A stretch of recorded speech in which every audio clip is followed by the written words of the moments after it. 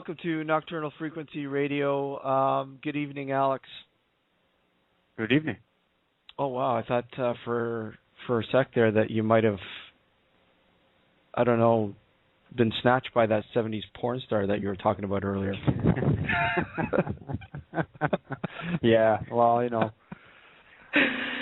Anyhow, I almost got entangled in the big hair, so. Well, how you doing? I'm good. Yeah, we got a great show lined up tonight. I know. Yeah, we have a good one for our season finale. It better be. Yeah, exactly. It better be. It's a season finale. In the first, well, you know, we're just doing our little blurb here, but when we come back from our break, our usual break there, we're going to have somebody on, Lee, who has taken some interesting photos that came across my desk through one of the guys in the group. And like I said, I ran these photos through every program that I normally do to just try to figure out what's going on, you know, digital anomaly, whatever. But as I spoke to you earlier about this, Alex, the photos baffle me. Yeah. So not just you two. I mean, they baffled me as well. Yeah. And like I said, I mean, I can't. There's no tampering, no editing, no layering, no depixelization, nothing. You know, I mean, they're as is when snapped. So we're going to talk to Lee when we come back from our break, first break here, and wow, and round table tonight. With two very good friends of ours, Richard Palmisano and Steven Rumbelow. I'm really looking forward to it. Unfortunately, Malcolm Wallace, I guess, is unable to make it this evening. I didn't hear back from him. It's really too bad. It would have been nice to have him on. Yeah, well, we got some good guys on anyway, so don't worry. Oh yeah, awesome. It should be a great show. And you know what I want to dive into a little bit too, with the round table bit. Is something that you and I sort of ended the last week's show with. You know, because, I mean, that was really, really intriguing. Mm-hmm. You know, what we were talking, and of course, you probably forgot, right? I forget things easily. I got too much things going on right now. Was you forgot? Well, you know what? I got too many things going on right now, so, yeah, I tend to forget things easily right now. Yeah, I know. The wedding bells aren't far behind. Yeah, I know. A couple of months, less than 2 months. Yeah, can't keep the sanity straight there. No, I'm trying, but it's not working. No, it's hard. What are you gonna do? No, but everything's think it's going pretty good though. That's a good thing. Well, it's good. That's good. That's awesome. And but I'm sure you and Lisa will be happy when that bit's over and done with, and you guys can fly off to Italy and enjoy yourselves. Yep. Damn right. Cool.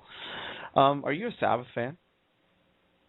You know what? I like some of their songs. I haven't listened to all of them, but I've listened to that new one, God Is Dead. I really like it.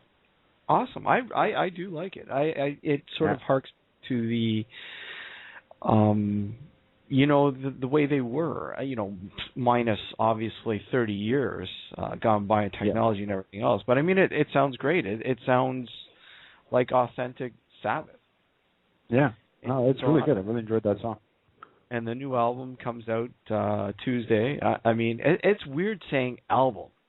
Because, I mean, how many folks out there actually buy albums? Not very many. I mean 90% of people listening and out there probably will rip this album and not pay for it. Well, hopefully they won't. Hopefully they'll download it, even if it's just a couple of songs off of iTunes or other media, so they can at least make some money out of it. Yeah. So, anyways, I'm not gonna hark on too much longer. I want to get Lee in here.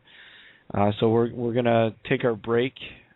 Once again, we will keep the lines open throughout the show. If you have a question, you can call 347-677-1048. If you're in chat, you can type a question in bold, so we'll catch it easier. If you're in chat and you're not register. It's free, it takes seconds, and that way you can ask a question, and we'll be able to, interact with everybody in the chat as well. If you're on Twitter, you can follow us there and ask the question at Dark Discussions. Facebook, just type in Nocturnal Frequency Radio, and you'll find us there. Bang, easy stuff. So without any further ado, let's go take our first break. You're listening to our season finale. We're back September, unless, and I'm sure we will have, depending on your schedule, because you're going to be busy in the month of August. Yeah. So, depending on how that works out, who knows? But anyhow, let's take our break, and when we come back, more with our season finale. Don't go anywhere. You're listening to Nocturnal Frequency Radio. Before going to Port Robinson Road, I would have been one of those guys that you told me that you were going on a ghost hunt. I wouldn't necessarily laugh at you, but I would think to myself, yeah, that's a waste of time. There's really no point in going. Port Robinson Road is not a horror film, and it shouldn't be confused with the mainstream Hollywood horror films of today. It's a mystery, thriller, drama, and I don't think it's anything that's ever been done before, at least not in this way. And I think it's vital to the paranormal world that a film like this takes itself seriously. I don't think there are too many films of this nature that take themselves too seriously, and this one does. At least I'm taking it very seriously, and that is why I think it's about time that something like this was brought to the forefront. Visit PortRobinsonRoad.com for more information on the feature paranormal film in development. But going to Port Robinson Road really just took my eyes and peeled them right open and said, you know what? There's the possibility for this to be out there. You're listening to Nocturnal Frequency Radio, hosted by Steve Jenny and his satanic assistant, Alex Montini, both of whom can't go into churches without vomiting. All right, and welcome back to Nocturnal Frequency Radio and our season finale. In a bit, we are going to have a round-table discussion with two very good friends of ours, Steven Rumbelow, who is the man behind the television series Beyond. If you have not seen it, you need to get out there and see it. And our good friend, Richard Palmisano, who I believe, Alex, you said is a 70s porn star? No, the music. Yeah.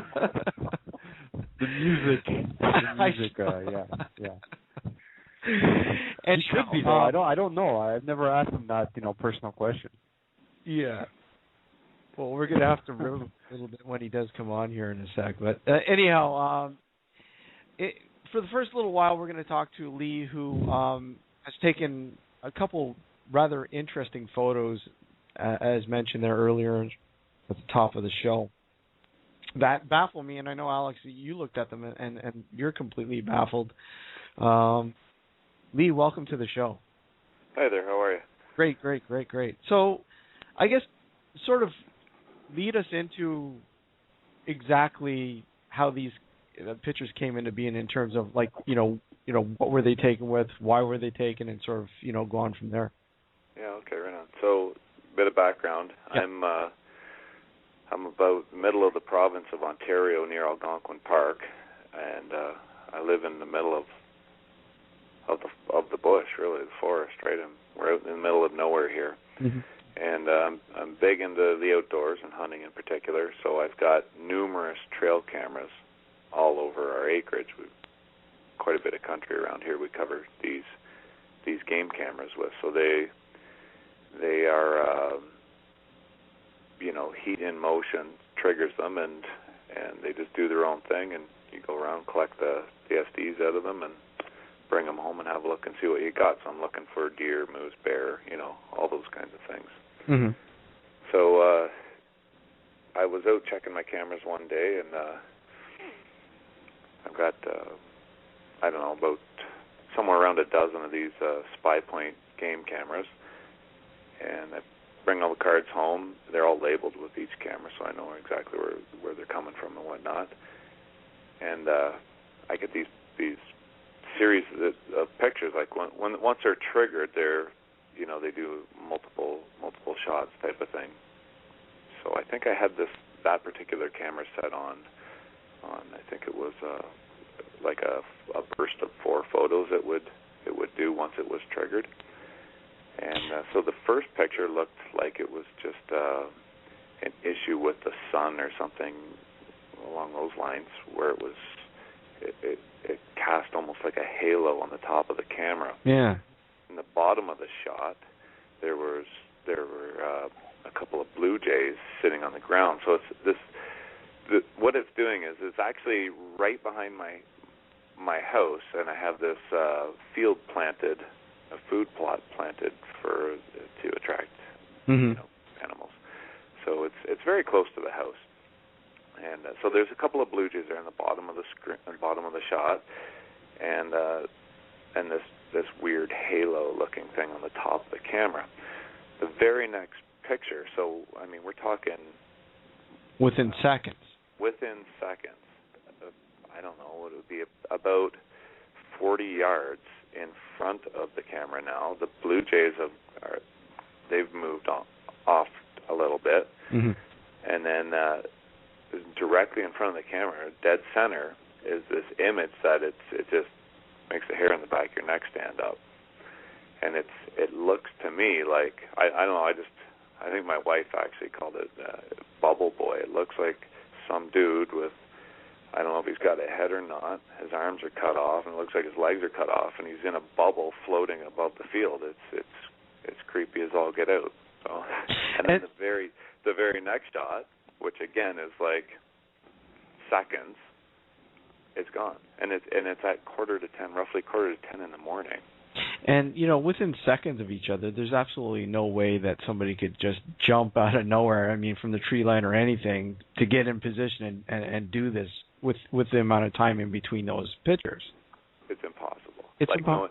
Like the physical geography is just of that area, knowing it.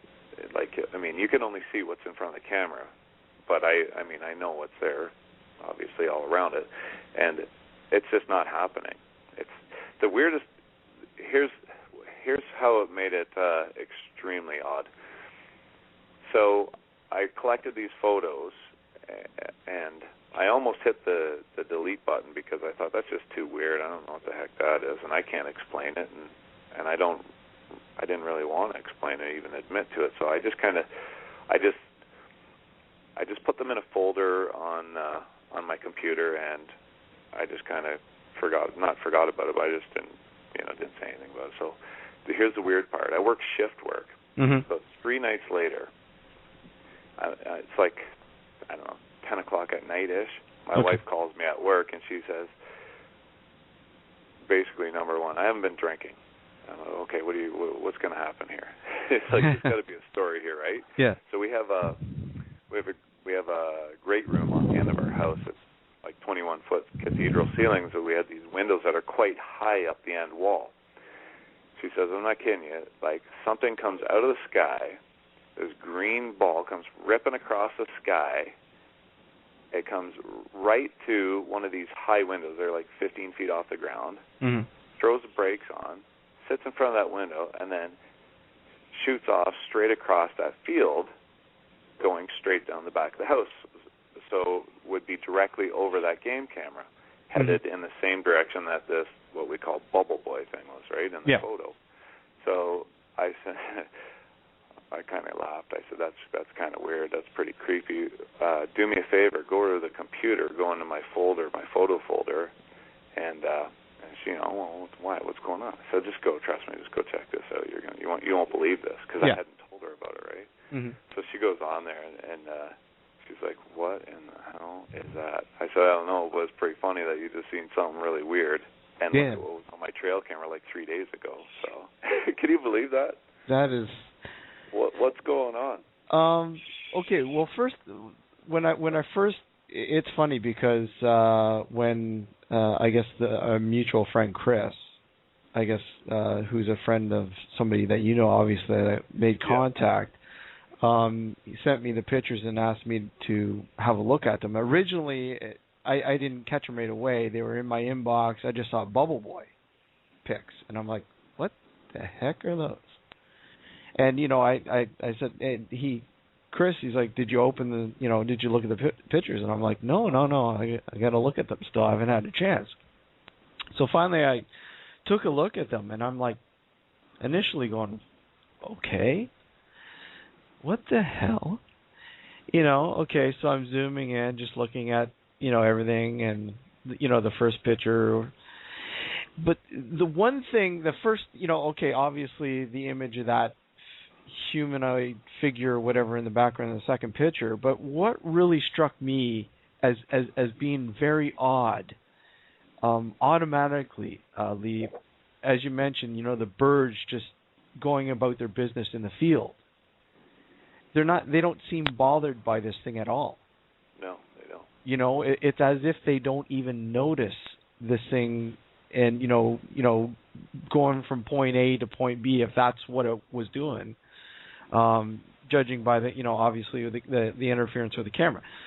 Now, Alex and I were sort of kind of theorizing the first picture, and the first picture being maybe perhaps some sort of frequency wreaking havoc on the camera itself, causing that light anomaly at the top of the photo.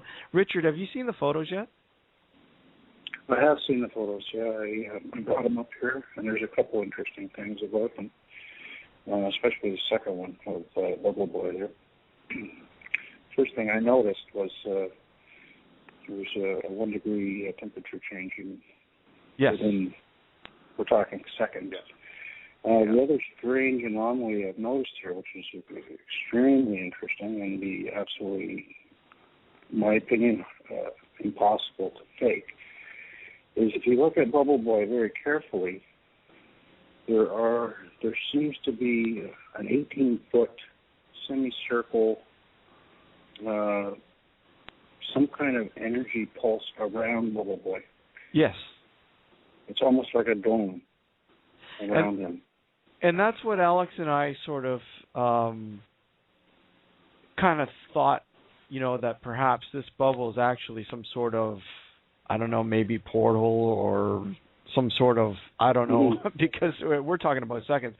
Steven, I need send me your email and Facebook there, and I'll send you the photos to have a look at them. And I want to hear your thoughts on these as well. They're rather intriguing. Sure. Yeah. But basically, because I know you've probably had some sort of experience with something maybe similar to what this might be. Well, we've recorded on a number of occasions with Beyond anomalies which I call them ectoplasms, for want of a better word. They're large bubbles that float around with something inside of them, and they seem to have a directional purpose, and they don't respond to gravity, so they're not or wind currents. They tend to move where they want to move to, kind of thing. And they are generally about 10 degrees hotter than the surrounding atmosphere, and they give off an electromagnetic pulse. And sometimes they're able to move at incredible speed. You can track them by measuring their distance from one field of the video to another. So you're talking about a 60th of a second. And basically covering, when they want to move fast, where they're actually a blur on the camera, on the video camera, and they're covering about 6 feet between fields. And if you do the math on that, they're moving fast. Yes. So they're not they're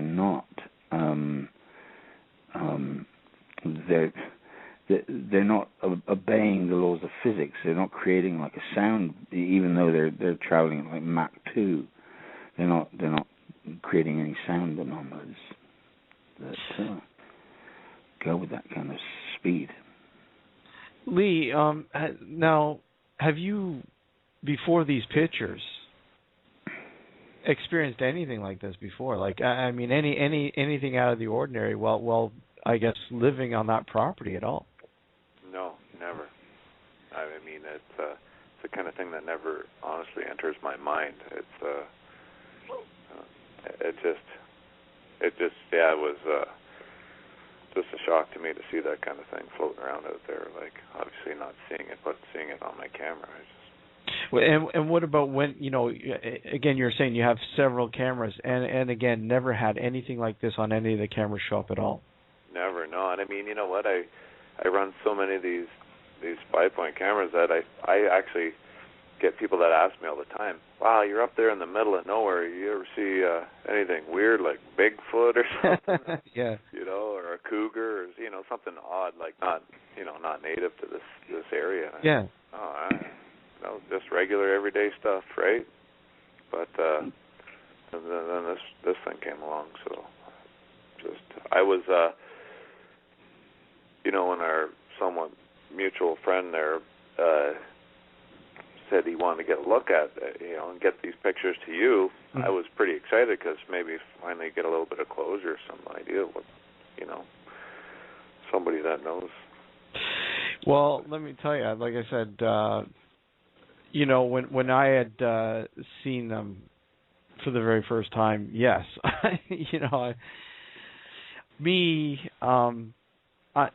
I'm very, very skeptical automatically, but that's me. That's with everything when it comes to this realm, and Richard's the same way, and I know Steven's the same way, and Alex too.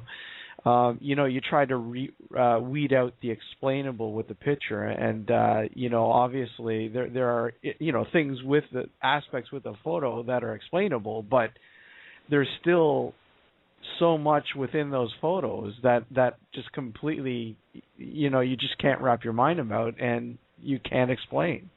Well, another maybe interesting point for you guys to consider is that first picture. To me, I just thought it was like some kind of exposure issue with the sun, but it's actually it's out kind of at the wrong angle for it to be. I think. Like, I don't know much about exactly how cameras work and all that kind of stuff. I'm just a user, but the funny part is this particular model of camera, it has the ability to sends like thumbnails to a remote, like it's called like a black box receiver type of thing. So it was like 100 feet away, and that's where I was originally collecting the pictures from, and I was getting all these weird pictures that looked just like the first one for a while. And I thought, what the heck is going on with, like, the exposure or something? Maybe there's something wrong with this camera, or maybe there's something wrong with how it's interpreting the data, shipping it back to this wireless receiver. Mm-hmm. So I was getting rid of all these things, just dumping them, because what the heck do I want a bunch of weird exposure pictures for, until these ones came along. And then I actually went and took the card out of the camera and loaded them, loaded them in, because, of course, they're the full quality, 8 megapixel or something. I think that one was set for. So, of course, with the better image quality, I got like, what in the world is going on here? And that those are elements and aspects that I look at, like the surrounding environment and how that particular object, how it's reacting or interacting with the environment. And Richard, if you noticed, because you've looked at them, and Alex, if you look at the lighting, I mean, it's just within perfection of the environment. It is, actually, and the more I look at this, it's almost like in the first picture there's a low lying haze, almost like a fog, because of the morning, I guess, from the early hour. But it's almost like this bubble is actually trapped, that haze. It's hard to explain, but it's almost like that was trapped within this field. It's not as prominent outside the 18-foot radius. Very strange. Yeah, and I mean, it goes with the environment. Again, like the field, everything. There's nothing explaining that it's. Like I said, I running it through I think 6 or 7 programs that I usually normally do with my photo editing. There's just nothing stating that this is a digital anomaly or any other edited anomaly or anything like that. This is like true to the picture. The fact that it is something there, like something very much there. That's right. Yeah. Steven, did you receive the photos yet? Yeah, I've just been looking at them.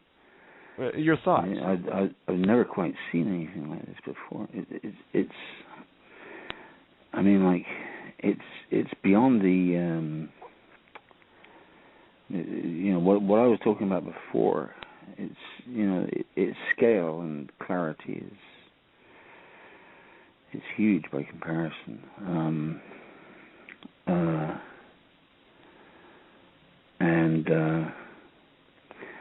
I don't. I think Bubble Boy.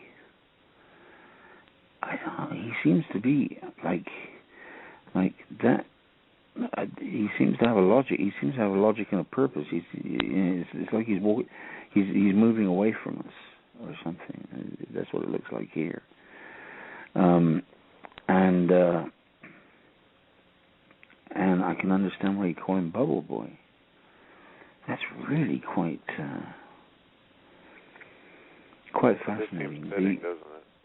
Yeah, it is. I mean, like it's consistent with the lighting. Mm-hmm.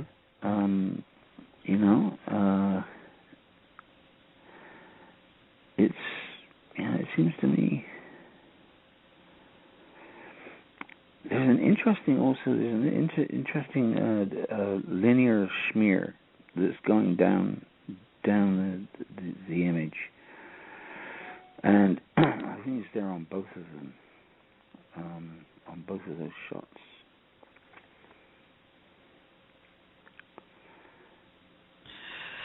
Yeah. I see.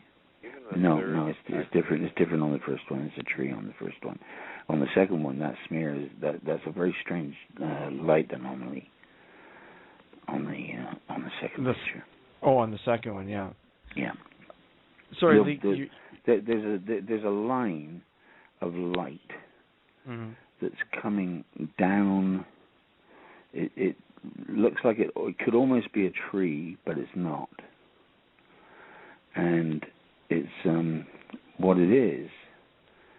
It's that line of light on the left and on the right, and he's about 1/3 of the way between the two lines. That's an interesting anomaly. Lee, you were going to say something? Yeah, no, that's okay.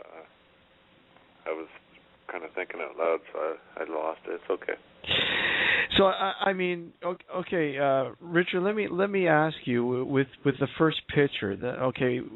What are you getting? Like, I mean, that blur. I mean, are we actually seeing, the bottom of this particular being or whatever it is? Or I mean, what are your thoughts on that? Like, I mean, the white being the shield or the bubble itself.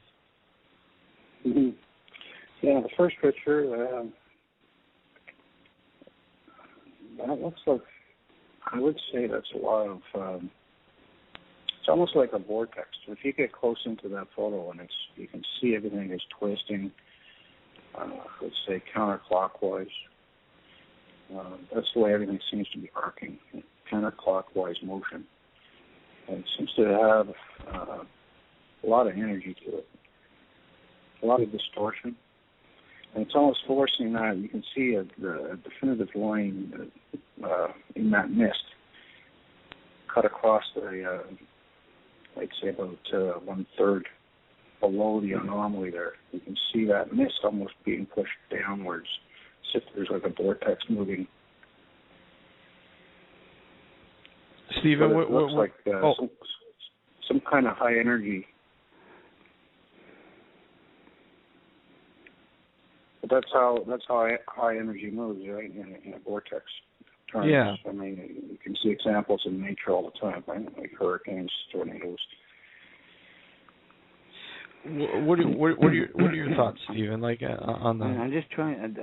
I've been running through in my mind, just trying to find out on that first one what would likely create that anomaly. You know, like out of focus fingers or whatever. Being in extreme close up, and nothing kind of fits. What really creates for me the interesting element of that is that sort of hole in what Richard's calling the energy field there, that hole where you can see the trees through it, and they're in focus, and the foreground is in focus. But this blurry, this energy or whatever it is, whatever you want to call it, is not in focus.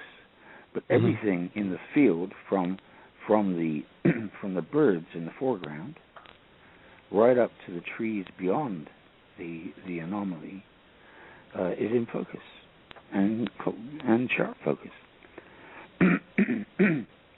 So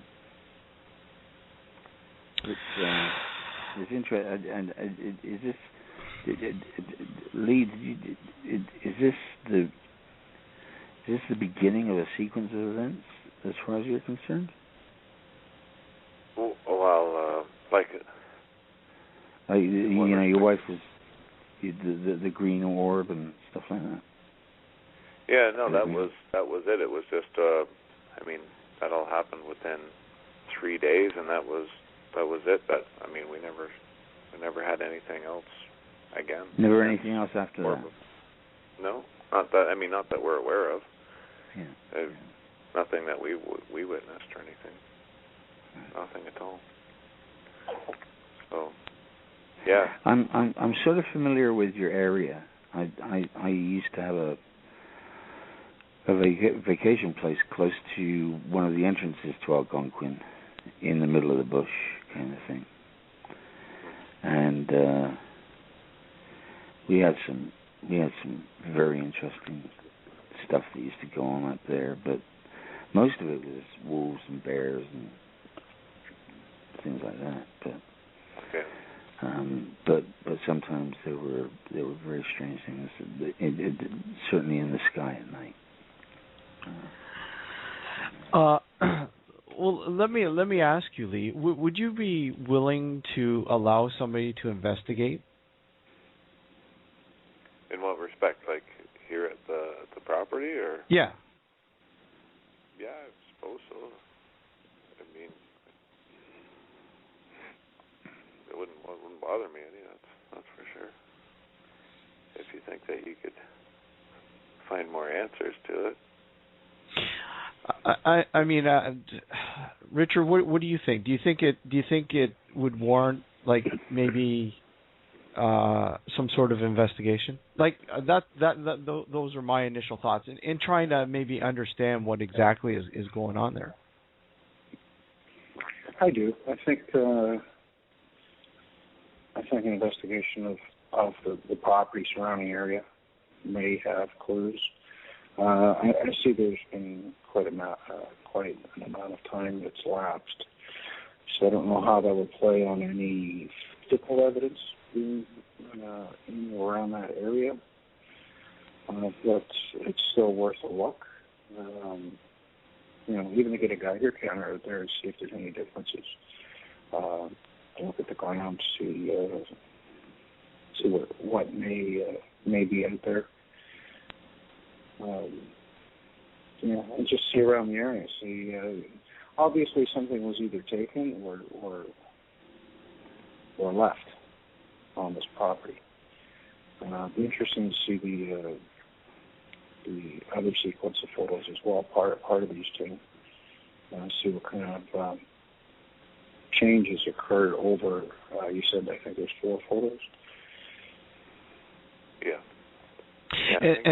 So to see what the changes were, was there a different temperature fluctuation? I see there's one temperature fluctuation within the 2 photos. Within the 2, was there any other? I'm looking at the other ones right now, and it just goes up to 8, and it stays there to the 4th picture. I see. Okay. And I don't know. Yeah, go ahead.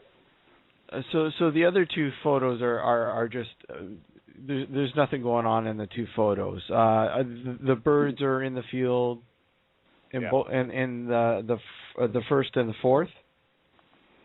Right. Yeah. So I mean, see, that's what really intrigues me. The fact that the birds, like wildlife, aren't being deterred by this at all. It's not bothering them. And actually, looking at the last 2 photos, where I think you have the 3rd photo where that it would be like that halo-looking thing. That's that 16-foot perimeter type of halo. Yeah. Right. It's in the 4th one as well, so it's still there. Oh, really? For a while, for a bit after. Yeah. Lee, I have a quick question. Are these cameras motion sensitive? Are they triggered by motion? Yeah. They're heat in motion. That's what triggers them. And on that particular camera, it has 3 different sensors. So it has 2 that are at quite a wide angle to wake it up quickly, and then the main one that tells it gives it the go signal, right? Okay. Just out of curiosity, because those birds may have triggered it, or is it a specific? Does it have to be something specific that actually triggers it, or could the birds have triggered it in this case?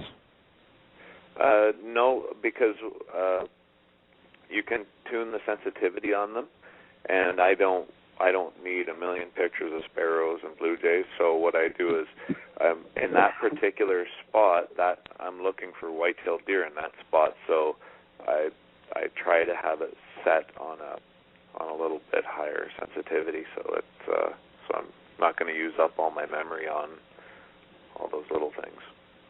Right, which also makes these photos even more intriguing, because obviously it wasn't the birds that triggered it, right? Because a lot of people may be asking that when they take a look at the picture and they see, okay, so the birds may have triggered it, there may have been something wrong with the camera, or whatever the case is, but if they're not set to trigger off when the birds pass by, then that's obviously something that's got to be kept in mind. Yeah, well, even if let's just pretend that a bird did trigger it, what the heck is that? Yeah, exactly. Oh, yeah, and the speed. I'm sorry? Oh, sorry, just the speed at which that Bubble Boy appears and disappears, it does away with any collusion in a sense, because it's going to take you at least 3 seconds to get into that position from behind the nearest bush, and 3 seconds to get out, or probably more like half a minute, to get into that position, and so it's amazing that you have this sequence of pictures that tell that show this, that Bubble Boy is quite phenomenal. Yeah. Phenomenon. I would certainly say that as well. Yes. So Lee, ultimately, I mean, I guess sort of to build on what I think it was Steven that asked you earlier. Like, I mean, do you think that possibly something might be going on, or something might happen, like later on, future-wise? I mean, what are your initial thoughts about these chain of events that have happened already, like so far? I honestly don't know what to think because. Up until these pictures, my brain wasn't wired that way. Yeah. I believe in things I can put my hands on and eat, basically. You know what I mean? Just yeah. Put the Cole's Note version of it, right? Yeah. So now I don't know what to think. So I suppose yeah. Do you have a compass? Yeah. And is it reliable on your property? I believe so. I'm going to be honest with you. I typically run my GPS around here. I don't use the compass. There's one kicking around for backup, but I wouldn't. You might want to take a compass out on your property, especially in that area there, and see how it behaves. See if it gives you true north. Because I'd be interested to know if there are any geological phenomena about your area. Okay. And one of the ways to tell. Sorry. I could certainly do that and go for a walk around and see if it does keep reading true north. If it does, if it's not going all over the place or whatever, it's fine. But if I'd be interested to know if there's a geological anomaly going on there. So, just all over, or like what do you think? Well, what are you thinking? Like generally around where that a lot happened, or a lot of true phenomena are accompanied by geological disturbances, and there are some people I know who have very particular theories about how the geophysical disturbances affect both our technology and our perceptions.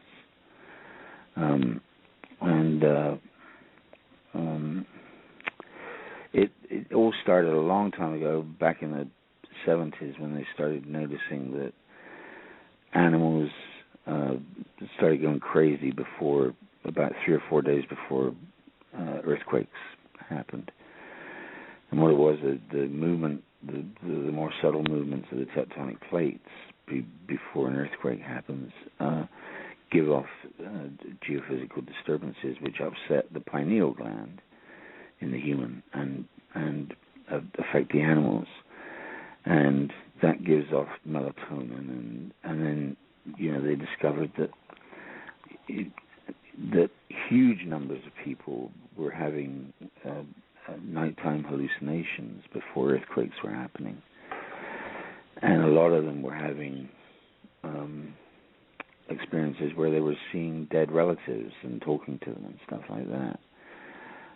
Well, of course, melatonin helps you, actually increases your visible spectrum in the dark. And they, more than that, but that's where it started, and it's gone on and on and on. Now they're linking it to poltergeist phenomena and UFO phenomena, and a whole bunch of other things. And there are some people out there that have theories they're about to publish, who I know, who have linked it all together with the geophysical disturbances, and that it disrupts our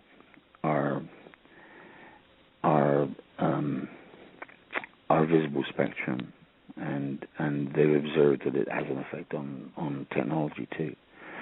So I'd just be interested to know if you're in a stable area or not. That's interesting. Now, going with that theory, would you assume that my other cameras may be affected if it could possibly affect the quality of an image, or it would happen more frequently with that one than just once in well over a year. It may just be, an upset in one chip, But whatever it is, this is not to say that the phenomenon isn't real, whether Bubble Boy is a microchip hallucination. I'm not saying that by any stretch. It's fooling us all. But there are things that the geophysical disturbances have an effect on both us and our machines, and those things are having an effect on the way we interpret the information that we're getting, and it goes a long way beyond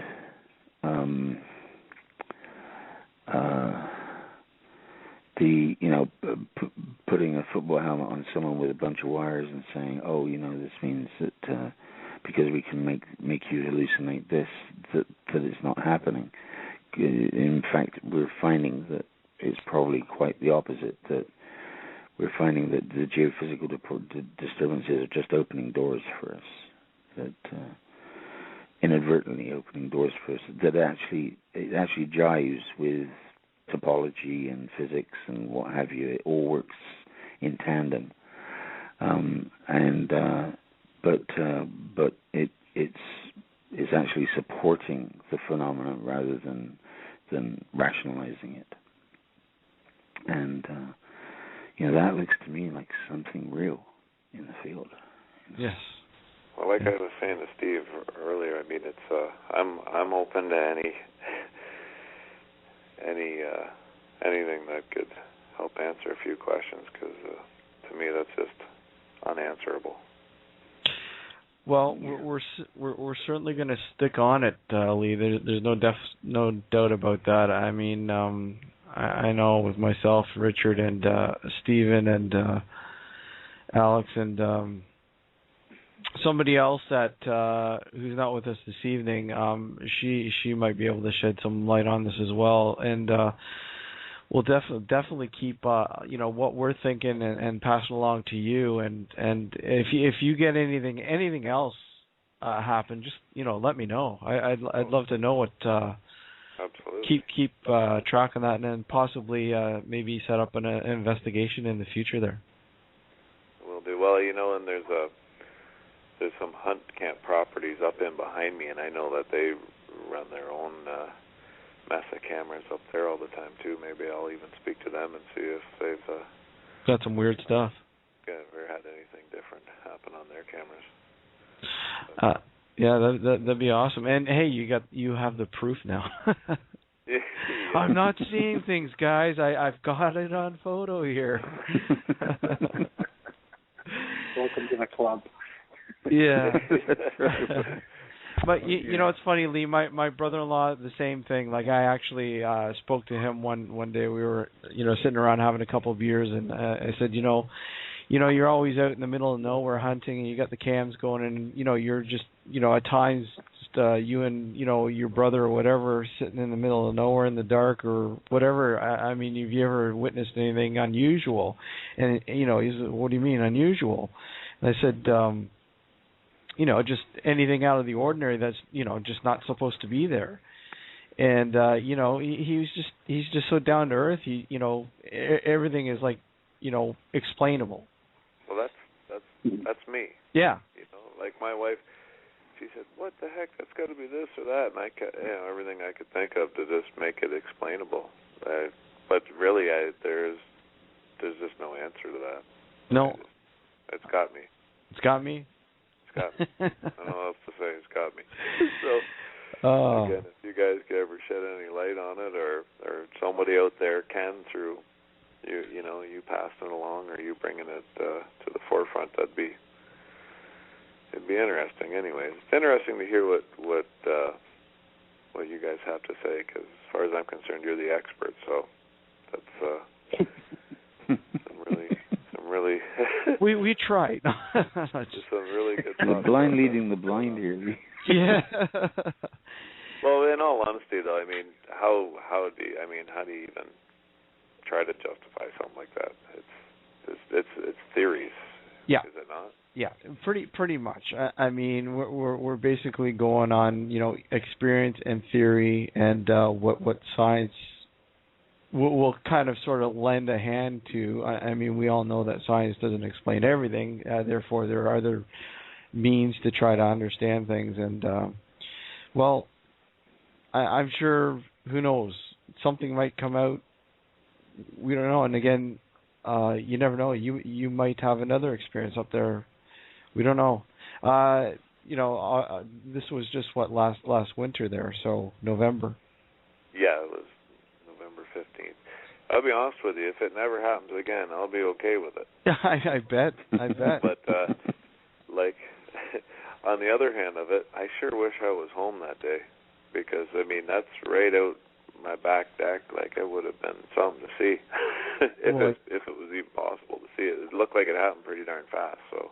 True, absolutely. It would have been just. It would have, honestly, with the way the camera operates, it pretty much had to happen within a blink, or a couple of blinks. It was just boom, boom, boom across that whole entire field. Yes. Well, I want to thank you for coming on tonight and talking about it. Oh, thanks for having me. And like I said, keep in touch, and we'll, obviously keep in touch with you to let you know what's going on. If we can figure out anything. I appreciate it. No, I will do that. I'll walk around with the compass just to see what the heck happens to it, and I'll let you know what becomes of that. Absolutely. Looking forward to hearing. Okay. Well, take care, guys. Thank you again. Take care, Lee. Cheers, Lee. Take care.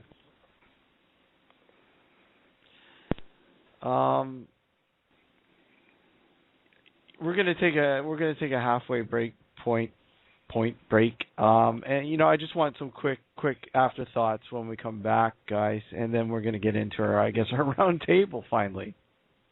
That's just so intriguing. I mean, like I said, I didn't really pay attention to it when I first got the photos, because I mean the title Bubble Boy,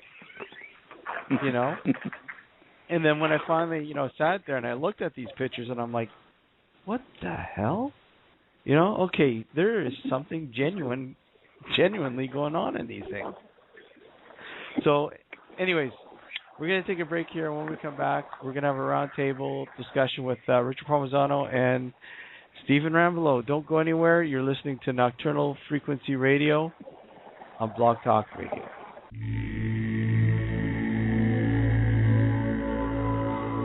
All people, in fact, the Christians used to find shelter in the temples of Isis when they were being persecuted. The individual that is marred by schizophrenia is actually the go-between. People are baffled. They don't know what the hell's going on. Leathery wings, beak. It had clawed feet and was hovering over her crib. I was afraid because I sensed how much power was there. Having lived past lives, and that realization. If there's a God, and you give the light is loose. I'm a priestess of Isis. Anything else is a travesty, is a waste of the gift. We live on Earth have to pay a tithe to hell. There is magic. Cacophonous, an esoteric and metaphysical podcast. www.cacophonos.com. We live in our buildings, we live in our houses, and then we go out into those dark places and we forget just how old the world really is. And there are creatures and entities that have been there long before we ever were and will be there long after we're gone.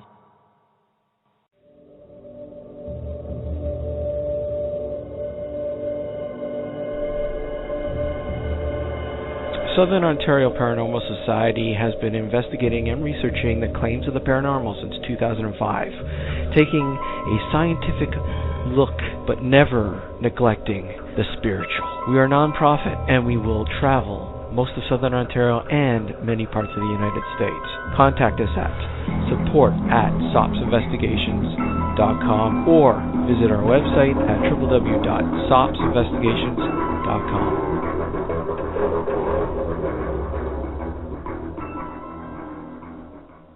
All right, and welcome back to Nocturnal Frequency Radio. And I must say, Alex, yep. What are your thoughts now on the photos after hearing Richard and Steven discuss them, and now Lee as well? I'm still puzzled by them, to be honest with you, but Steven brings up a good point about the magnetic interference and the seismic interference there. That's worth checking out just in case. But he also said something about, and you know what, unfortunately my Skype was acting up again when he was talking. It was getting kind of hazy there.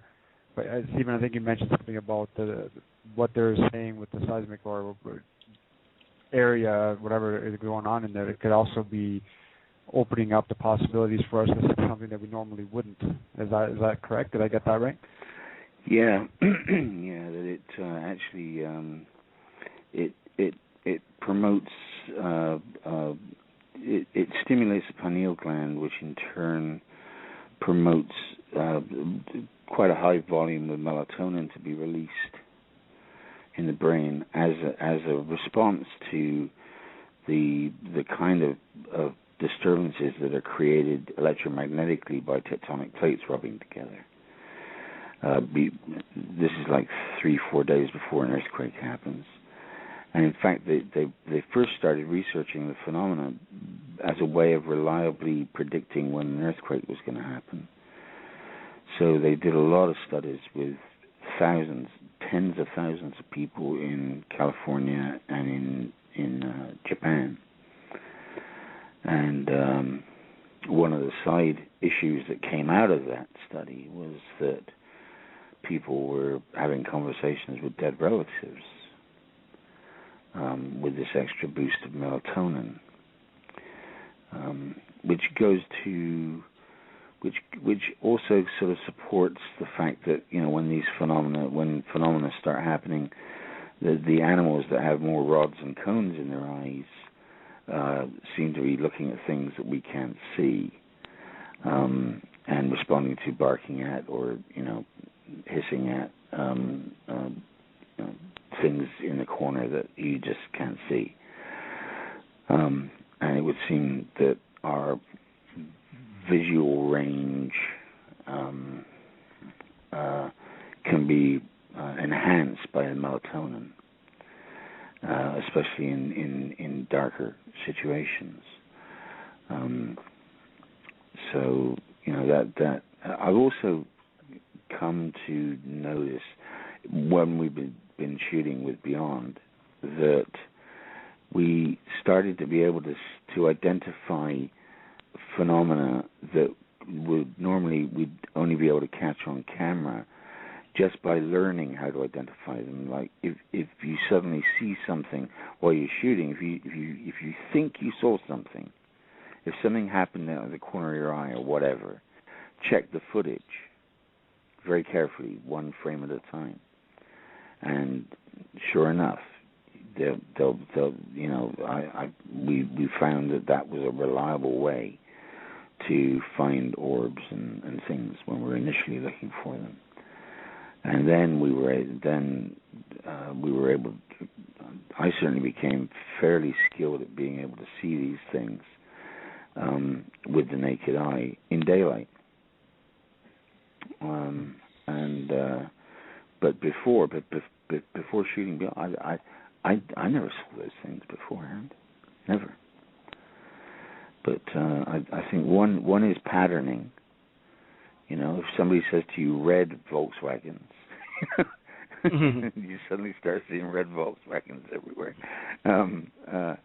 Then you know then that's part of a patterning process. You know, and I think one big part of observation, reliable observation, is patterning, and being able to observe things sort of dispassionately.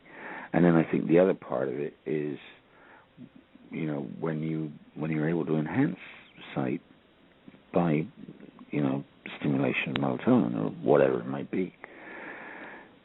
So I look at this picture, you know, and I bring every aspect of my visual capabilities as a director and artist, as you know, and the phenomenon, and I look at this character, and it's a very dynamic stance, or you know, it looks to me like it's somebody in a uniform, in a very dynamic posture, walking away from us or striding away from us. And he seems to have, it's almost like a polythene, you know, kind of bubble around him, plastic bubble. And that's what it looks like to me as I'm looking at it as close as I can get it without distorting too much. Richard, let me ask you now that you know we've talked about it a little bit, and you know you've heard from Steven and you've heard from Lee. You know your post thoughts about those pictures and the scenario itself. I find them very very fascinating. There's obviously something going on there. You know, he had the right idea to go talk to, or he should go talk with those hunter camps. He said that they're within the area, see if they've captured anything. It'd be interesting to look back and see if there's historically anything that occurred in or around that time as well. Were there any other reports from seeing lights in the sky to was there any reports put forward to maybe local UFO research center that may be working in that area? So try and tie in other things that might be going on that we're not aware of. You know, there may be other information out there we're just not aware of yet. My major concern is I don't know the dynamics of Lee or his family. I don't know if he has kids. I don't know exactly those dynamics. But my major concern is he's saying this is, you know, just basically off his deck. If some type of operation like this is taking place in his backyard, he may not even be aware that he and his family are involved in things that may be going on out there. Exactly, and that's what I'm sort of thinking, that perhaps something is going on, and they just happen to get a glimpse into what is going on by accident. That's right. It was something missed.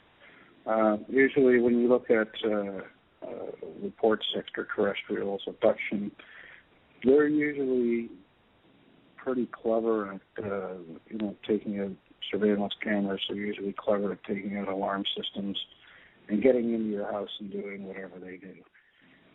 This is something that was probably missed because it's up until it's triggered, it's inactive, and that means it's barely undetectable. Where an active surveillance system is, you've got a electrical signal running to that camera. It's pretty detectable. You can see it through, you know, you could, if you had a very, very good thermal imager, you could even see that electrical system working. So, this could have been something missed, and they've got a glimpse into what's going on, or they think they might. But I think there's much more going on than we know right now. Yeah, and I can't think of any other, you know, any two other persons that I you know, would like to have discussed this. I mean, there's obviously somebody else that might have some stories that could relate to that, and that's our mutual friend Chris Hawley, who I know is chomping at the bit after I made appearance on her radio show on Wednesday, and I sort of mentioned it to her, and she's like, "I've got to see these photos. I want to write a story about it." You know, her. Absolutely. You know, you know, well, I got to get. She's more of an expert. Oh yeah. So you know, I told her. I'm a life after death guy. I'm not although investigation is an investigation, but I'm when it comes to UFOs, I know the basics, but I'm certainly far from an expert.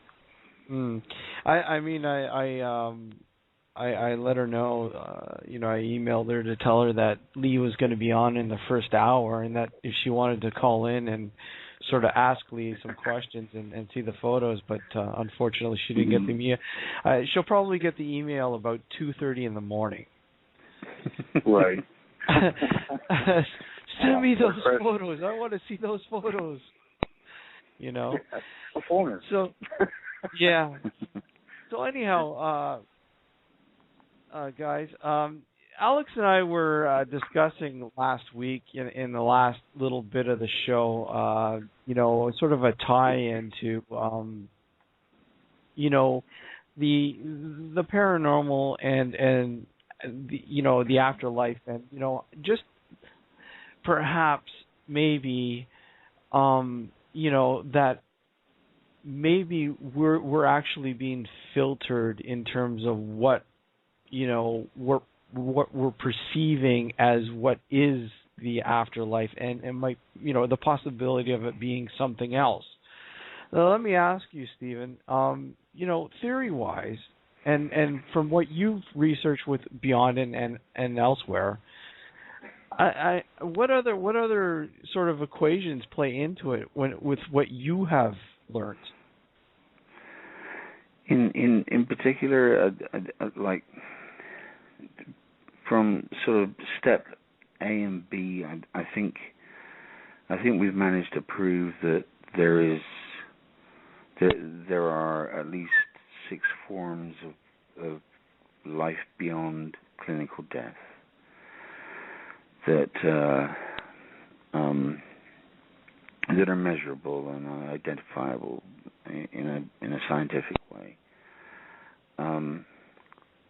But that doesn't prove consciousness beyond death, and I think that there are a number of factors in play. I think there's in physics that light is interwoven with electromagnetic frequencies, and I think everything boils down to light and electromagnetics. I don't think we think. I think we access a field of thought, and I think that field of thought stays and continues, and I think some people might call that field of thought God, and I think our brains are receivers and transmitters. We're not really generating the thoughts in our head. I think we're pulling the thoughts from elsewhere. I think that goes to prove Jung's daffodils. The fact that people think the same things all over the planet at the same time, and what have you.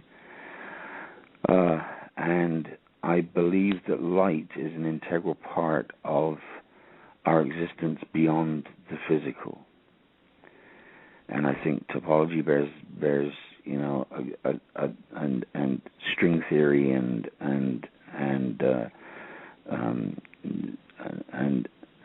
the microcosm of the universe is where it's at.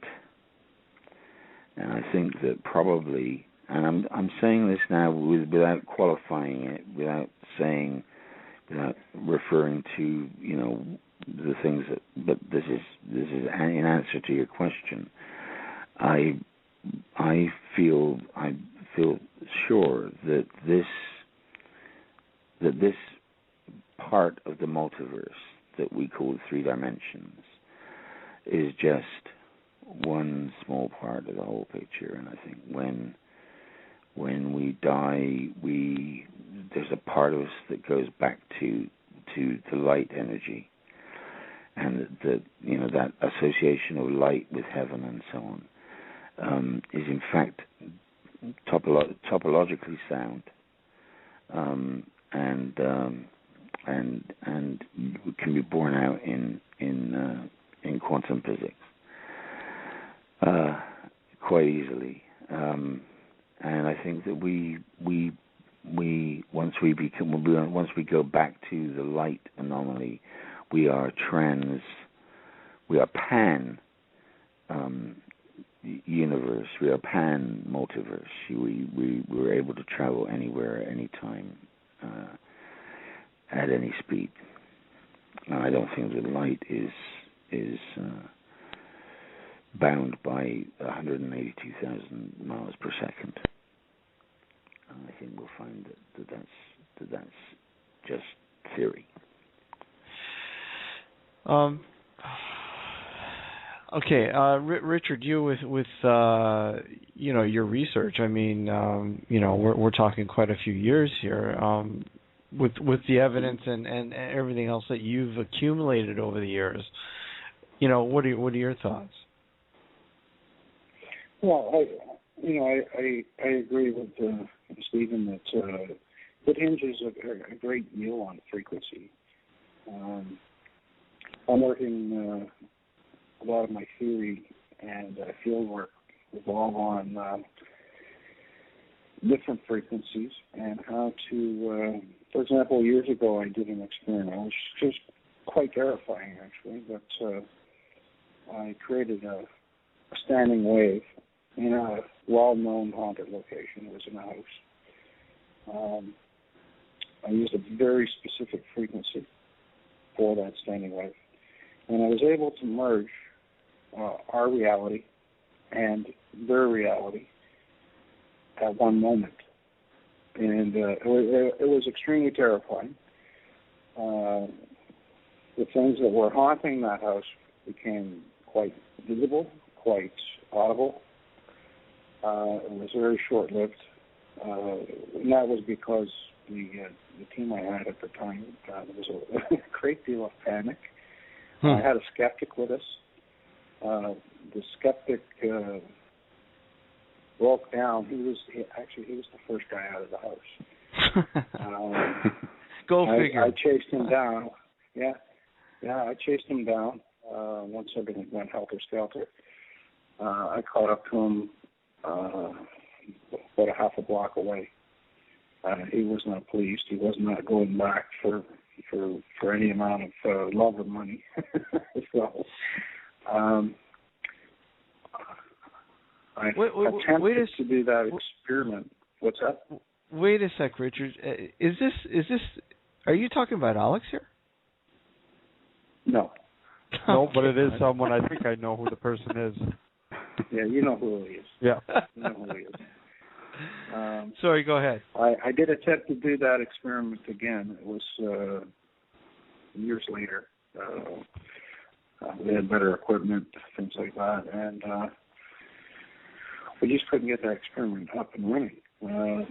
It was very, very bizarre. I signed out certain equipment that I needed from the lab.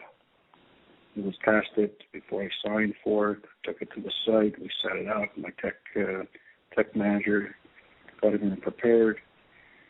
Everything worked except the LED display. We could not find. It wouldn't light, and therefore we couldn't find the frequency. The weird thing was I took it back on Monday. I said, "What's wrong with this equipment? You blew like a whole weekend of work for me and stuff." And he plugged it in. He says, "Let's have a look." He plugged it in and it worked perfectly. So I can't explain that. We do have on the books that we want to revisit this type of experiment in the future. And my offer still stands, Richard. Well, let me guess. He's going to show up. Here, he's going to show up with a cart full of burritos. No. Chili this time. Chili. No, guys. No, I'd like to participate in that. Free catering for the paranormal team.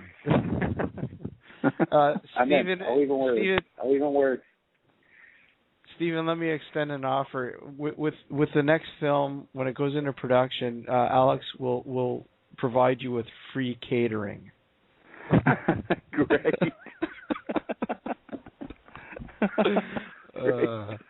Excellent. You know that you know that paranormal investigators and film crews all march on their bellies, right? Yes. Oh, yes. There's some quite unusual anomalies that happen with those bellies during those moments of let me tell you, wait a sec, was that an EVP? I don't know, play it back. Oh, yeah. Sounds more like Blazing Saddles. Yeah, exactly. Dueling, we'll say, dueling banjos, yeah. I've got the clearest electric voice phenomenon that anyone's ever heard before. Yeah. Three investigators in sync. So no way. Yeah. So, anyways, okay. Well, what we sort of discussed too last week about that, the possibility that on a grander scale, that perhaps our minds are being filtered from the truth. Yeah. They've been wired to believe that when we die, that we die, we move on, it becomes afterlife, or maybe perhaps that it's not that at all, that in fact that we aren't actually in a real life, maybe a staging setup, and that when we move on past that gate called death, that we know it as, and moving into the next level as that being the real world, the real life. I mean, what do you think of the possibilities with that? I think that, like, I immediately go back to one of the most haunting channels that we ever encountered. Who was this guy, Bub, and Moose Jaw, who, amazing guy, who channels an entity. Well, it's an entity. It's a group of people that call, or a group of incarnate beings that he calls collectively Josiah, and they say that this whole universe that we're in is created by us, that it's very much like akin to a fairground or an amusement park with dangerous rides that we make we plan out what we want to do when we come in, and we live it, and when we die we go back to our normal state, which is with the other. Now they view us, this Josiah group, view us as cavalier, rather delinquent beings that want to come and that have exotic tastes, and when they describe this universe, they refer to it as an electromagnetic veil, and they say there is no time, there is no space. That's something that we've created to give us an illusion of a different kind of reality. And when I first heard it, I was sort of okay, this is sort of Descartesian, kind of philosophy, Cartesian rather, kind of philosophy, and that's interesting enough. But then I realized that it was a guy who it was a guy from Moose Jaw that was coming out with all of this, and I started thinking about it, and I kept on reflecting back to it, and it jives very much with what we've discovered on Beyond. So however whatever angle you place on it, I think that this is more of an illusion, that this universe that we're living in now is more of an illusion than a reality. And I think, we express it well by saying it's one of many universes and one of many times that exist, part of the multiverse, But we express it well scientifically in that respect. But I think that in reality, I think when we become light again, what the Buddhists call liquid light, I think we become immediately, instantly, everything at once. And I don't think there's any way for us in this universe to understand that or to perceive it until we lose ourselves of the physical. I got a question actually, Steven. How would one go? I mean, going along that same theory, how would one go as far as displaying past life experiences? Something that someone may have come up with under hypnosis.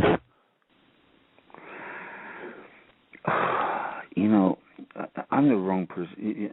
I was a Buddhist until I could no longer accept.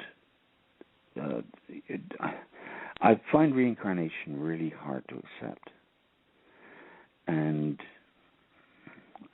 even with some of the great regressions and progressions that they've come up with, I still find it hard to relate to that.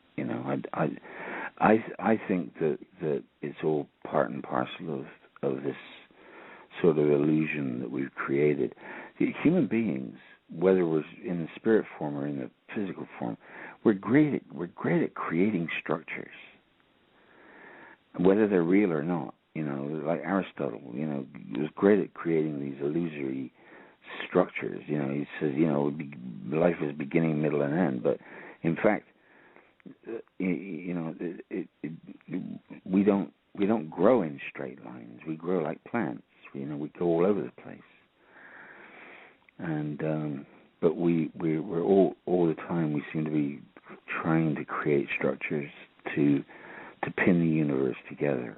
And I think that reincarnation and stuff like that is part of this structural thing that we like to create and hang on to.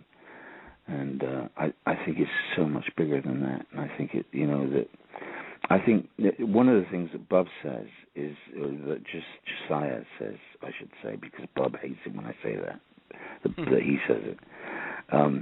One of the things that Josiah says is that we change history all the time. That we spiritually, on another level, we redefine this universe many times during our lives with the agreement of others who are creating it, and that we change the history. And sometimes I've noticed that things that I thought that I knew were true are no longer true. And the things that I learned, I go, what? But I learned, and then when I actually seek, to qualify it, it's disappeared, it's gone, and it's like a residue of a left over from a change, and I think there's a great amount of change that goes on that we because we're eagerly trying to see the world through a structural premise, see the universe through a structural premise, that we miss many of the subtleties and the malleability of the universe, the real universe. We have somebody who would like to ask Richard a question. Another great friend of ours, all the way from the UK, would like. I believe, Stephen, that's familiar to you as well, the UK. Yeah, somewhat. Our good friend David Ferrand would like to ask Richard, I believe Richard, a question. So hold on a second. I'm just going to bring him in here. Wow, this is quite the turnout. The season finale. Yep. Okay, here we go. Hopefully we have clear connection. I'm sure we will. It's good old Skype. David, are you with us?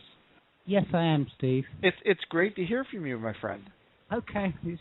I have been listening to the program, and it's great to hear from you too. Well, what's new over there across the pond? Well, nothing really. I'm still doing investigations into, obviously, psychic phenomena and all that sort of thing. But I have been listening to the show with great interest, and I heard Richard speaking, and I was really interested in what he was saying about consciousness and life and death. Maybe that was Steven that you were hearing. That was you, Steven, right? I'm not sure. I'm not sure. Was it the other bloke? Yes. Okay, that's Steven. Okay. Hello, mate. Go ahead, David. Well, I heard he was talking about consciousness. Okay. And I'm very interested in what he was saying about the sort of life on Earth as opposed to sort of life on, if we can use that word, life on UFOs, non-UFO phenomena.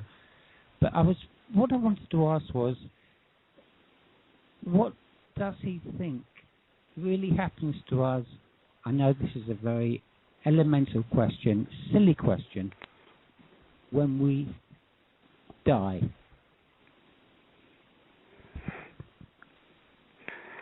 I think we basically we survive the body in plasma form. That our cranial plasma, which is detectable leaving the body within 3 days of death, clinical death. I think that leaves the body, and I think that eventually finds its way back into the light, the light universe, heaven, whatever you want to call it, the plasma sphere, whatever, the sun, and that once one has, and this is where we strive for structure, of course, and so I'm going to add my human structure thing to this, that once we become part of the plasma again, the whole plasma thing, that we are everywhere, wherever there is plasma in any of the universes. We have instant access to plasma anywhere, in any time. Sort of like stuck in a giant computer. Yeah, or a giant cranium. Or the internet. Yeah, like cerebral plasma, I think, is where it's at. The charging synaptic gaps and stuff like that is where it all develops. Richard, let me ask you, what has been the strangest piece of evidence that you've collected that gave you the suggestion of life after death? Well, what I'm seeing in field work is, I guess, what I based my theory on, the memory matrix and the memory bubble, is that when we die, we actually select a period of time from our own memory, and then we develop a complete reality based on that moment of our time, and this is where we exist, in that bubble. And what happens is, a lot of people that say you were happy in a particular time in your life, and you revert back to that moment in time and you build that reality, that may be so far removed from our reality, we never hear from you. And it's the ones that are very close to our reality, and those are the ones that maybe died in an accident or suicide, murder, or some tragic events, or somebody that's obsessed over a situation. You know, they were divorced, or somebody took all their money, or they lost their job, or whatever was important to them. And that obsession brought them right to the end moment of their demise. That reality sits very close to our reality. And these are the ones that the researchers and the investigators are running into more and more than the quiet ones. And what happens is you can what's that? No, go ahead. Finish. And what happens is, as an investigator out in the field, what we're finding, and we use a lot of audio, video surveillance in controlled environments where nobody's present.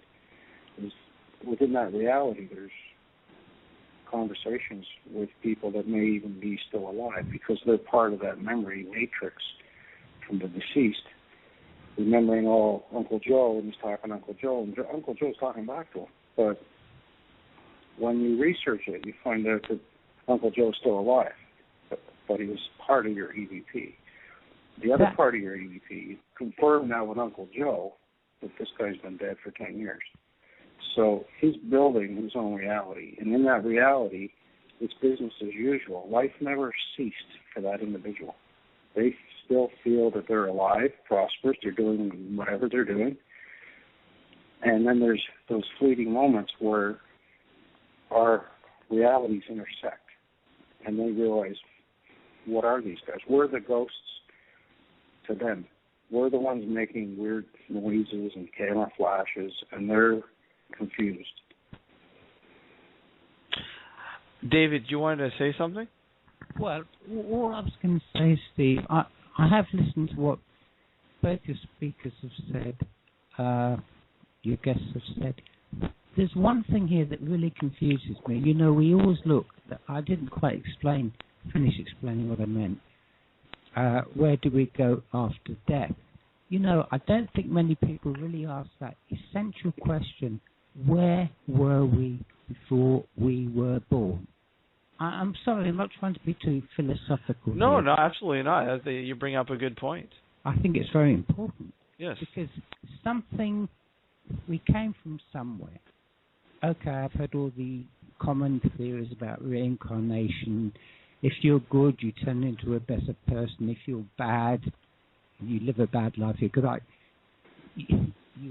You go down the grade. You'd even turn into some sort of animal before. I don't believe any of that nonsense.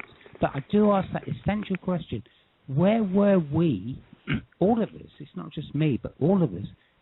Where did we exist before we were born, Steve? Because you know, something that didn't exist couldn't come into existence. And I would call that the actual life force that brought that something into existence. I think that's very important. I mean, that's just my opinion, but I'd like to hear what... I'm sorry. Steven, tackle that one. That's very interesting, because, I mean, many people don't really think of it that way. No, I think, you know, that's a fundamental assumption, in a sense, on my part, when I've been doing the work, is that I've always assumed that we are returning when we die to whatever state we were in before we were born. I don't really see it as reincarnation as much as the, you know, we are, you know, all the things that survive clinical death are energistic. They're either somatites, or some people call them protites, or it's the plasma, it's cerebral plasma. Even the chi exists beyond the heartbeat, you know. And we have these different ways of measuring, and we can measure these things, but they all come down to energy. And to me, the ultimate form of energy is light. And you know, all these analogies that we read about in all the religions and so on, and you know, about heaven and light, and you know, going to this light form and the near-death experiences and what have you, all seem to indicate to me that light is the key, and I think what we return to, you know, the constant that you're talking about, Dave, is that, you know, we return to light. Now, how that happens, I don't know. I have to go into so many different theories, but there are as many lightning strikes going from the Earth to the plasmasphere, the northern lights, as there are lightning strikes coming down to the Earth, you know. So, but that's, to me, that's too simplistic an explanation. But, you know, I think that light and plasma is the key, and I think that's the key to the universe. I think that's the key to our life beyond death. Yes. How's that, Dave? Is that sort of more what you were sort of looking for? Well, yes, it was. I mean, I absolutely agree with that. When he uses the word light, I would really substitute the word light for the consciousness, meaning light that gives us all the power to live, Steve.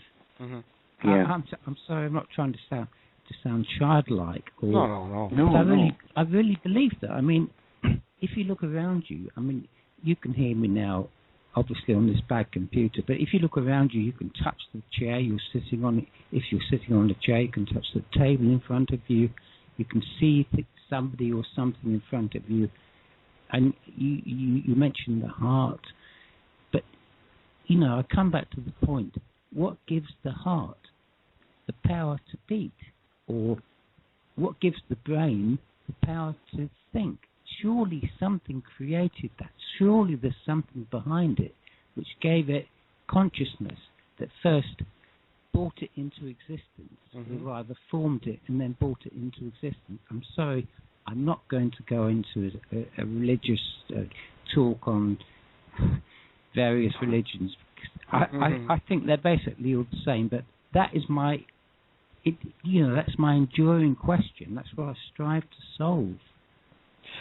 Yeah, I think for me there's an ecumenical, like I'm, you know, I very much lean towards the Joseph Campbell thing. You know, like I see the common ground in religions rather than the differences, and I see two different phenomena at work beyond life. One is consciousness, and the other is light. And I think the two are connected, but I think they're two separate things. And it may well be what the Christians or the Hebrews call spirit and souls. You know, maybe that's the difference between a spirit and a soul. I don't know, but I do think that the field of thought is something that we access and we groove with as human beings with brains. And I think that when we die, that freedom, there's a freedom that we get in our thinking patterns, because we're just, you know, our thoughts are in the field of thought thing. I don't know, you know. I'm just told. I do know that there is life after death. You know, I absolutely agree with you that there is a life after death. I agree with you the way you're describing thought, but then thought can project images of life after death. Wouldn't you think, maybe agree, I don't know, but think there's something beyond thought that can give us the power to live, that actually formed us, that brought us into existence? I mean, I'm a psychic investigator, and I deal with things on the material plane, the physical plane, as we have to. We see reflections from the past of ghosts, phantom images, and all that sort of thing. But I'm really going a bit deeper now. I'm talking about the actual life force that brought us all into existence. And sorry, I'll be quick. I'll be really quick. Religions to me are all the same. I think, without trying to offend anybody, they've all become a bit corrupted by men. That's the human beings, which we are. Yep. But beyond that, in their true essential sense. Maybe some religions do have the answer to understanding, the true understanding. I mean, Christianity, and I've got to be careful here because I don't want to offend anyone. You know, we don't want somebody calling in now, do we? No, we don't. We certainly do not. Steve, you know, it's been so corrupted by the mind. David, keep it going. We want to lure them out. Okay. Christianity has been so corrupted by the minds of men. But I'm saying here, and I'll put it on record, I'll say it for you, in its truest sense, it's probably true. I mean, it's been misunderstood. It's been misinterpreted. And, you know, my God is the true God. Every religion says that in its own different way. It's Muslim, you know, Islam, anything. They all say the same thing. My God is right. I am right. Please, God, go out before me and destroy my enemies. We are right, or we will die for the God and we will go to heaven. I think that's nonsense. I don't think that's what true religion is really all about. I think if you try and find out what true religion is all about, you have to go into the spiritual side of all religions. I agree completely with that. Well, just to get the answer, anyway. And I agree with what Steven mentioned. I mean, I know when I look at investigating the paranormal in itself, I like to keep all that open. I don't want to approach it from one angle because I feel that hinders me and misguides me into thinking things that realistically aren't, you know, viable. You know, and I think that with, you know, unfortunately with how many people, especially over here, guys, with the way things are, well, we'll just say the Western world, period, looks at the way the paranormal is structured, and this is what I really think the filtering, it really hinders at the possibilities at what could be discovered and learned. If those filters were taken away and people really started to, you know, open up and say, look, it's not all about those demons that Catholicism, you know, preached about or whatever, you know, it's much more than that. It's so much more than that. You know, and Richard, let me get your thoughts on that. I mean, how do you figure best to approach, you know, the way the paranormal is in that aspect? You know,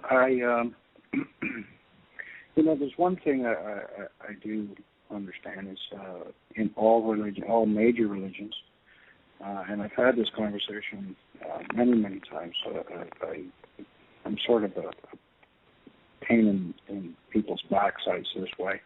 As I go out and I'll meet with pastors and priests and rabbis, and I've had this conversation many times, and I'll ask them point blank, do you believe in the afterlife? And they'll say yes. And I said, okay.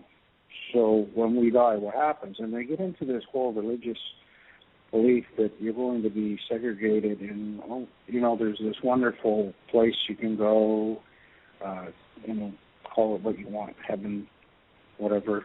And I'm like, okay, but then why does every major religious belief have a judgment day? So what you're saying is the powers that be are confused. So they're going to send you off in all these directions and all these wonderful places and sometimes not wonderful places. And then Judgment Day comes by, and what are you going to, you're going to recall everybody and go, hey, you know what, we made a mistake. You're not supposed to be over there. No. Judgment Day, and I believe that there will be a Judgment Day eventually, because all major religions say this. This is the one thing that they sort of agree upon. In that moment, until that moment, where are all the dead? And this is why I started developing that theory that we exist in our own little reality until that day. I sincerely hope you're wrong, Richard. I don't want a judgment day coming around. So do I. Well, I hope you're wrong too. Well, this won't pay tax on it. I just have to welcome Richard and Steven into the Evil Cabal. You're now officially members of the Evil Cabal. Do I get a T-shirt? Well, let me talk to David. Does he get a T-shirt? Well, we could arrange that. Actually, Steve, I didn't bring any T-shirts out or any of that paraphernalia. That was done in America. Yeah. That was people that sort of latched onto my so-called reputation. Yeah. And they tried to commercialize it, and they were doing all this stuff. They brought out comics about certain people and religion. Believe it or not, Steve, it's really true. I had nothing to do with it. I was caricatured. Yeah, I know. In one of the comics as the main. I was made a parody of, for just speaking my mind against what I'm saying to you now. Yeah, exactly. Anyway, we better skip that. There's a greater story there, Stephen and Richard. That will let you know. But it's exactly David's been sort of shone in the wrong light there with somebody who's I guess mostly because of somebody who claims to be a bishop. But anyhow, we're pretty much out of time here. Holy moly, the time just flew. And wow, I want to thank you guys for coming on and being a part of our season finale, and David for calling in. It's certainly a treat to have you on as well. And well, we will be a part of something in October, something big. Oh. So, that sounds good, Steve. Quickly, starting with Richard, get your information out there where people can find you. Yeah, terrific. You can check us out at www.thesearchergroup, all one word, .ca.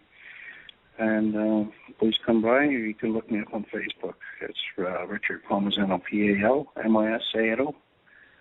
And it was a great pleasure to be on and talk with you guys. Wait a sec here. Alex, did I hear him say Facebook? I know. I was just going to say that. He goes, wait you a were once sec. there, and then you just disappeared. Wait a sec. He's on Facebook? we're going to have to hunt you down now. Stephen, go get your information out there for people to find you. Okay, beyond they can catch all kinds of episodes on Hulu, or they can get direction to other places from either beyondtheseries.com, it's beyondtheseries.com, or from our British compatriots and comrades at perception9.com, perception9.com / beyond. There's a really interesting corner where we've spoken up a number of things. And you know what, David? You go out and let everybody know where they can find you as well. It's just my name, Steve. It's davidfarrant.org. It's as simple as that. He likes to be simple like that, and that's what I like about David. He's to the point, and that's perfect. You know what? Thanks for calling in, David, and Stephen, and Richard. Thank you for being a part of this. And well, you know what? We're going to have to sit down and put our heads together and get something out there. Yeah, nice to talk to you too. Well, hey, and you know, I want to thank everybody who tuned in this evening to the finale. We're back in September. So a whole summer without us, what are you going to do? Every Sunday night now, there's going to be nothing but silence. I'm sure Alex. I'm sure they'll download the archives. Well, they better, including tonight.